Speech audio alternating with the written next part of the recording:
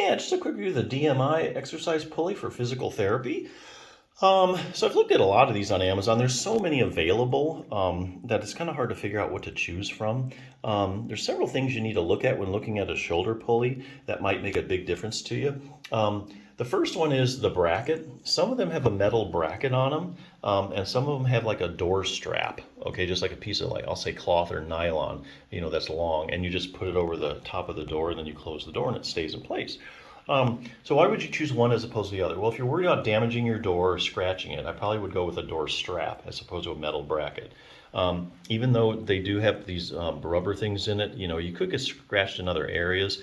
Some shoulder pulleys, the bracket does have some padding here, but if you're really at all concerned about it, go for the ones with a strap. If not, then metal bracket, that's fine, use that. The other thing is you want to look for is the handles. Handles usually come either in foam or they're wooden handles or they're just plastic. Depends on if you want to clean them. That's really the big factor. And grip. So if you're worried about grip, I think the foam ones are actually easier to grip. And especially if you have to pull down hard, I think they're just a lot more comfortable. So the foamer is really my first choice. However, if you are concerned about, like, cleanliness, like say you're buying this for a physical therapy clinic and a bunch of people are going to use it, you're going to have to clean it in between uses. So you're going to want something that smooth surface like wood or plastic. So just kind of keep that in mind. This is actually one of the more unusual ones that I have ever seen. This one is like, instead of one pulley that swivels, so you stand in front of it, or you can face either way, and you put your arms apart, you're pretty much going to be pulling in alignment with the pulley. This one's a little different because it has two pulleys on it. I don't know if there's any particular advantage to that, because if you stand in front of it, if anything, it's going to force, the pulleys are in line with it. So when you pull on those handles, it's going to kind of force you to keep your hands a little bit in alignment too. So it does feel a little different, I would imagine, to most people, than having just one pulley that swivels. Here again, like I say, these pulleys are in alignment, so the ropes are going to have to, when you pull on the ropes, because your arms are far apart and the pulleys aren't, because the pulleys are in a direct line, your arms are going to have to pull the rope out to the side a little more. May feel a little funny, if that makes sense. But anyway, here again, this is all about range of motion. This is all about increasing flexibility. If you have a stiff shoulder and you just need to, get some more range of motion, this will do the trick. It will not do much for strengthening, though. If you're looking for a good strengthening program, I can recommend the 6-minute torn rotator cuff solution for seniors. Don't worry about the seniors part. Anybody, athlete, could use this.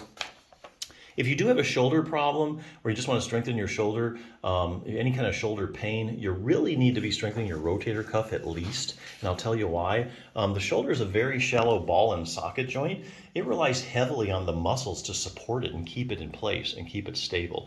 Now that's unlike the hip, that's a deep ball and socket joint. Okay, it's basically so deep that it doesn't really rely upon a lot of muscles and ligaments to keep it into place. Hard to dislocate. On the other hand, we've all heard of people that have dislocated their shoulders. That's because the shoulder is just such a shallow ball and socket joint. And so it's more a tendency to come out of place. Main thing that keeps it in place is your rotator cuff, the muscles. Rotator cuff's a group of 4 muscles, and they're responsible for shoulder joint stability and rotating your shoulder. I read one study one time basically showing that anytime you start moving your arm, right before you start moving your arm in any direction, your rotator cuff contracts to stabilize your ball and socket joint. Really important. And here's the deal. When you get more shoulder joint stability, when you get maximal shoulder joint stability, you have less excessive motion in the shoulder joint. And so whatever your problem is, things in your shoulder are going to get less irritated. So if you have like a tendonitis, or you have like a bursitis or arthritis, the more stable that joint is, the less excessive motion, the less irritated everything gets. So definitely a place to start if you have a shoulder problem. If you do have a rotator cuff tear, though, I think this is a good resource, probably the best one I've read. Starts out with anatomy, like a lot of the books do. Lots of pictures, so if you're a visual learner, you'll really like it. Has a great question and answer section. Answer about every question you ever wanted to know if you have a rotator cuff tear. What are the symptoms of a tear? Are there any arm maneuvers that might indicate I have a tear? What imaging tests are used? Where does it tear at? Are there different kinds of tears? Of course there are. Here's a great one. I have a rotator cuff tear and I'm in a lot of pain. I need surgery, right? That's a good question because a lot of people, they have shoulder pain. They go to the doctor. Eventually they have some imaging tests and they get an MRI and says, oh, hey, we found a rotator cuff tear. Oh, that's why my shoulder is hurting. Hold on, not necessarily. This is an evidence-based book. It answers these questions with studies. So each one of these is a studies in layman's terms so you can understand it. So to answer that question, what it does is it looks at studies of people. Let's say you take 100 people that have that have a rotator cuff tear. Okay, research will measure the size of the tear, and then they'll also run a pain scale, like a visual analog scale, and they'll see how much pain they're in. So then you have a group of people, you know how big their tear is and how bad a pain they're in. Well, what they're finding in these kind of studies is there's actually a lot of people walking around with big old rotator cuff tears that actually have no pain. So the asymptomatic rotator cuff tear is a real thing and is well documented in the literature, especially in older people like 60s and 70s. As you get older, the incidence of rotator cuff tears really jumps up. And so a lot of people have asymptomatic rotator cuff tears. They have a tear in their rotator cuffs they didn't even know about. The last thing you want to do is have an asymptomatic rotator cuff tear and have a rotator cuff repair, thinking it'll solve your pain problem when really there's something else that's causing your problem. So you don't want to ever jump into that. What will happen if I just leave my rotator cuff tear alone? Here again, kind of clever, they look at studies where they take groups of people that have a rotator cuff tear that for some reason or another never got any treatment for it, and they follow them over time, like 5 or 10 years, and they find out, what happened to it? Like in 5 years, what happens when they didn't get any treatment? Is it better, same, worse? Does it repair itself? How does exercise compare to surgery when it comes to treating my torn rotator cuff? That's probably the best question in the book.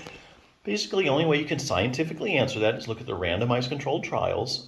That's the highest form of proof in medicine that a treatment's actually effective. That's a study where, say, they take 100 people with rotator cuff tears. 50 they would randomly assign to surgery. The other 50 they would randomly assign to an exercise program. And then you follow them over time and you see who did better. So let's say a year or 2 years later, who did better? The people that just did exercise or the people that did had their rotator cuff repaired? So to make a long story short, you check it out, you're going to end up in the same place basically. To that end, they have an exercise program. There's 3 different levels to it: beginning, intermediate, advanced. They do have stretching and strengthening in here. So if you're looking for something like that. But hey, look, if you just have a shoulder that needs some stretching, my strength is good, I just need some more flexibility in it, shoulder pulleys are great for that. So definitely check it out.